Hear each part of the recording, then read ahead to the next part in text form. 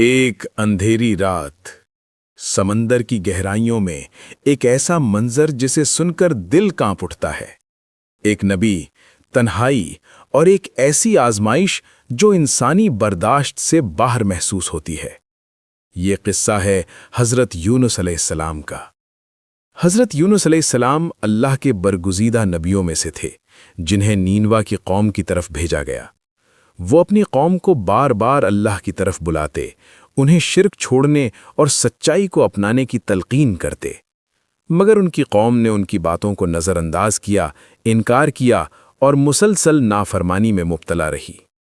وقت گزرتا گیا اور جب حضرت یونس علیہ السلام نے دیکھا کہ ان کی قوم ہدایت قبول نہیں کر رہی، تو وہ اللہ کے حکم کے بغیر ہی اپنی قوم کو چھوڑ کر چلے گئے۔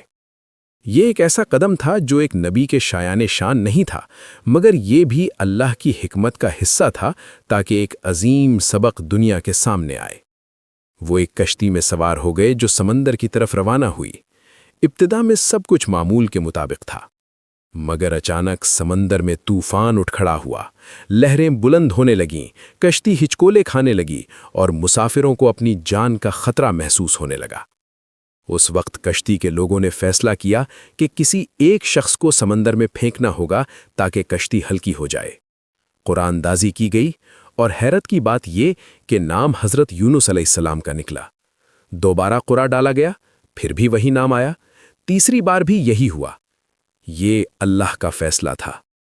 حضرت یونس علیہ السلام نے خود کو سمندر کے حوالے کر دیا، اور جیسے ہی وہ پانی میں گرے، ایک عظیم مچھلی نے انہیں نگل لیا۔ اب سوچیں، ایک انسان، سمندر کی گہرائی، مکمل اندھیرا، مچھلی کا پیٹ، نہ کوئی روشنی، نہ کوئی آواز، صرف تنہائی۔ یہ وہ لمحہ تھا جہاں ایک نبی کو اپنی غلطی کا احساس ہوا۔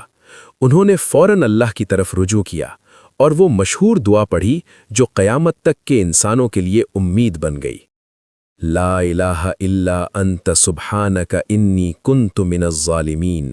ترجمہ: تیرے سوا کوئی معبود نہیں، تو پاک ہے، بے شک میں ہی ظالموں میں سے تھا۔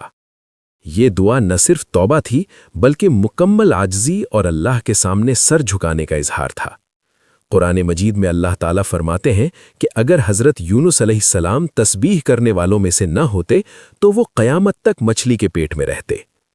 اللہ نے ان کی دعا قبول کی اور مچھلی کو حکم دیا کہ انہیں ساحل پر اگلتے۔ جب وہ باہر آئے تو ان کا جسم کمزور ہو چکا تھا، جلد حساس تھی اور وہ انتہائی ناتواں حالت میں تھے۔ اللہ تعالیٰ نے ان پر ایک بیلدار درخت یعنی کدو کی بیل اگا دی تاکہ انہیں سایہ ملے اور ان کی صحت بحال ہو سکے۔ یہ اللہ کی رحمت تھی۔ اس کے بعد اللہ نے انہیں دوبارہ ان کی قوم کی طرف بھیجا۔ اس بار ایک حیران کن تبدیلی ہوئی۔ ان کی قوم نے ایمان قبول کر لیا۔ وہ لوگ جو پہلے انکار کر رہے تھے اب اللہ کے سامنے جھک گئے۔ یہ قصہ ہمیں کیا سکھاتا ہے؟